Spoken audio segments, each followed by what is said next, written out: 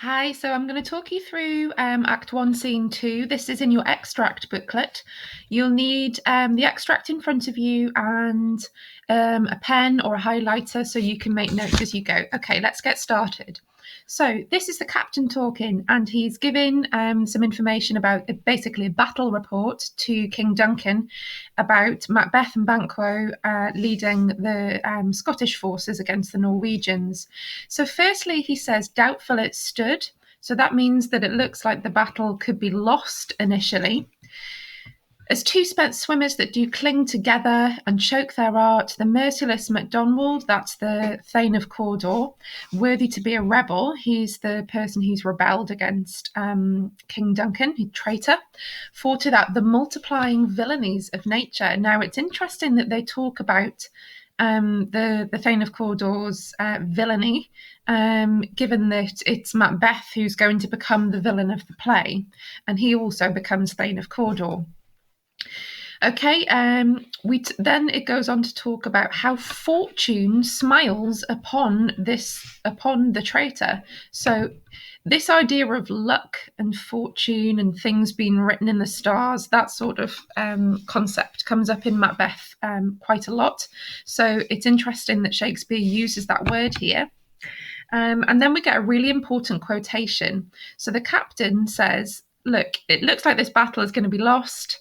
This guy is a real villain, and it sounds like it's almost as if fortune is on his side. But then for brave Macbeth, here he comes, and he comes, brave Macbeth, going to win the day. For well, he deserves that name.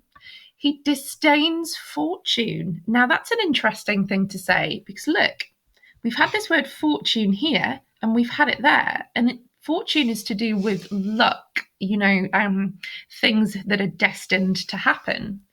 But disdaining means that he's rejecting luck and rejecting fortune and rejecting fate.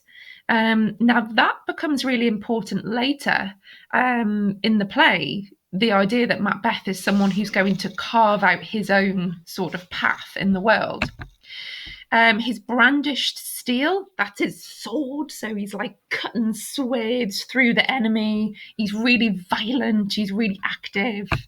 It's smoked with bloody execution. The image there of the sword almost on fire, like smoking, because he's killing so many people. Valor's minion. Valor means bravery. So he's sort of the servant of bravery. He carved out his passage. Now, that's an interesting one because just look how determined he is. He's rejecting fate, rejecting fortune. He's carving his own path. That's kind of a hint at what's going to happen later when he sort of fights his own way to become king and won't wait for it to happen till he faced the slave. So again, emphasizing his bravery.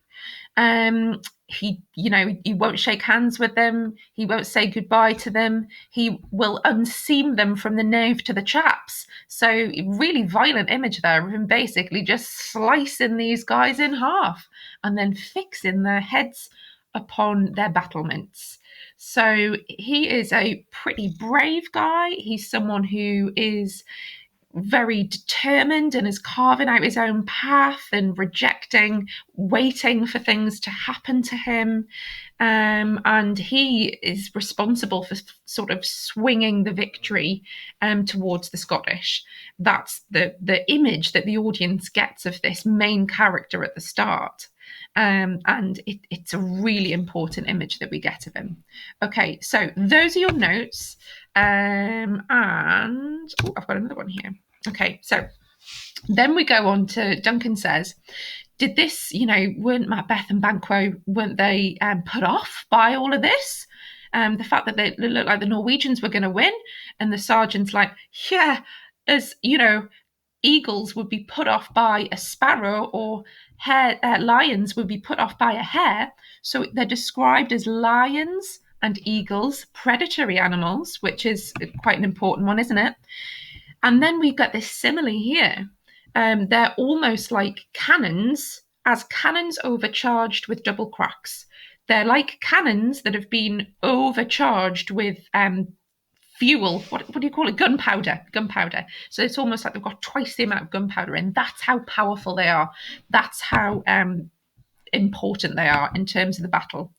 And then we get this image of them memorizing another Golgotha. Golgotha, according to the Bible, is the site where Jesus was crucified. So it's almost as if they are creating this battle, this battle scene that's reminiscent of the crucifixion. It's that bloody, it's that important, it's that brutal.